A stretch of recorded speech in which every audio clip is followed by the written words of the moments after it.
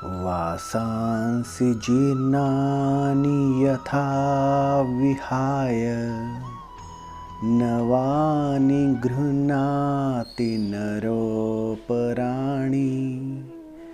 तथा शरीराणि विहाय जीर्णानि अन्यानि संयाति नवानि देहि।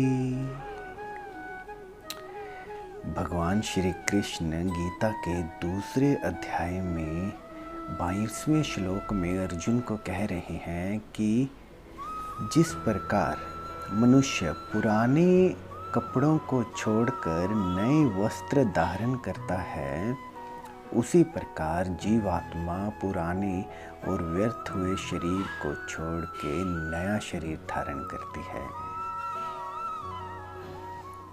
अब इसको भीतर से जाने।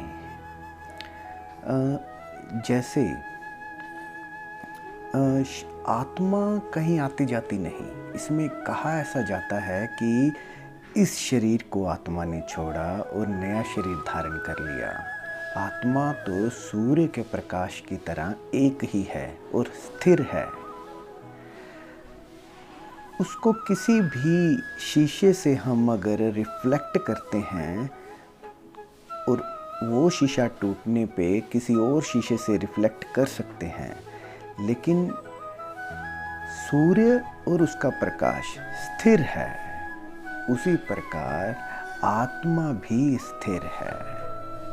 अगर एक शरीर से दूसरे शरीर तक जा रहा है तो वही आपकी मैं के इलेक्ट्रॉन, वो छोटे सूक्ष्म तत्व जिसमें कुछ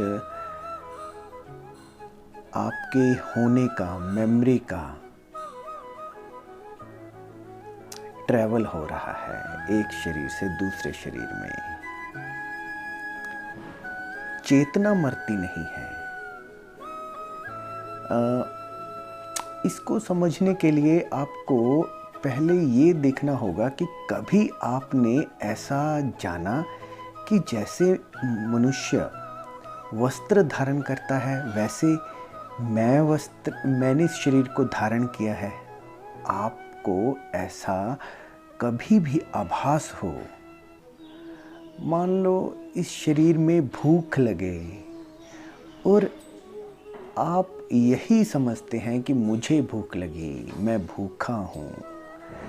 कभी भी ऐसे चिंतन किया कि इस शरीर को भूख लगी और उसका पता चल रहा है? इस शरीर में दर्द हुआ और उसका चेतना को पता चल रहा है?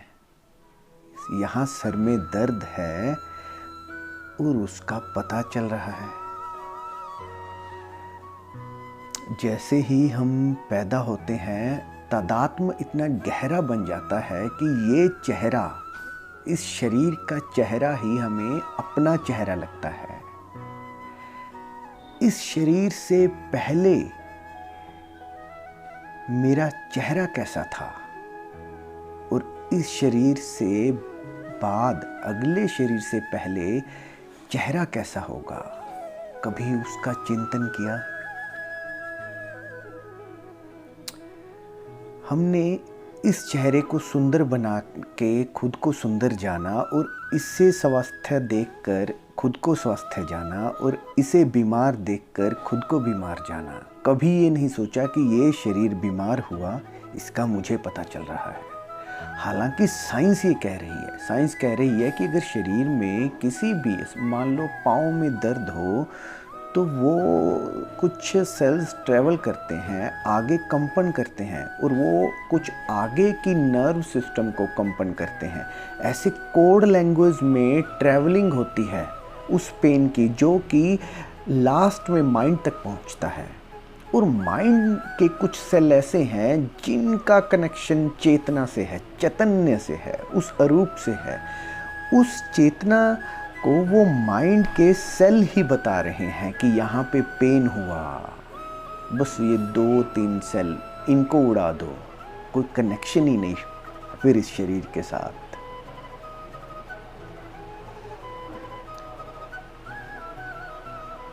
यहाँ दर्द हो रहा है इस शरीर में, इसका आपको पता चल रहा है। ऐसा कभी नहीं सोचा।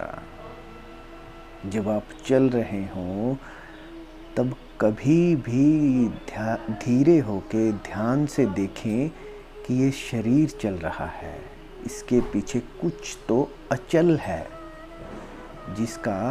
जिसको चलने का पता चल रहा है। विचार आ रहे हैं, आप हमेशा यही मानते हैं कि मुझे ये विचार आया, मैं ऐसा सोचता हूँ। कभी भी ये नहीं सोचा कि ये विचार है। और मैंने देखा इस माइंड में विचार आ रहे हैं। हमेशा आपने ऐसा देखा कि मैं श्वास ले रहा हूँ, मेरी सांस आ रही है और जा रही है। कभी भी देखा कि ये सांस आ रही है और जा रही है, इसको मैं देख रहा हूँ और इसका चेतना को पता चल रहा है। कभी अपने विचारों को, सांस को, अपनी भूख को, शरीर के दर्द और सुख को कभी भी दूर से खड़े होकर देखें कि ये कहीं और हो रहा है। फिर ये बात आपको संज्ञान में आएगी कि कृष्ण क्या कह रहे हैं। अभी तो आपने इन वस्त्रों को, इन चमड़ी को अपना होना मान लिया, तो ये बात कैसे समझ में आए। जैसे इन वस्त्रों में आपके शरीर ने जान डाली है, वैसे ही आपकी चेतना ने, आपके होने ने इस शरीर में जान फूंकी है। और आपके होने से ये शरीर सजीव है। शरीर का अपना कोई जीवन नहीं है। और कभी अगर आप इसको ऐसे जान ले कि दूर कहीं भूख लग रही है, आपको भूख नहीं लग रही, आपको केवल पता चल रहा है कि इस शरीर में कोई दर्द हुआ, वो दर्द मुझे नहीं हुआ। ऐसा पता चल रहा है कि इस शरीर में दर्द हो रहा है।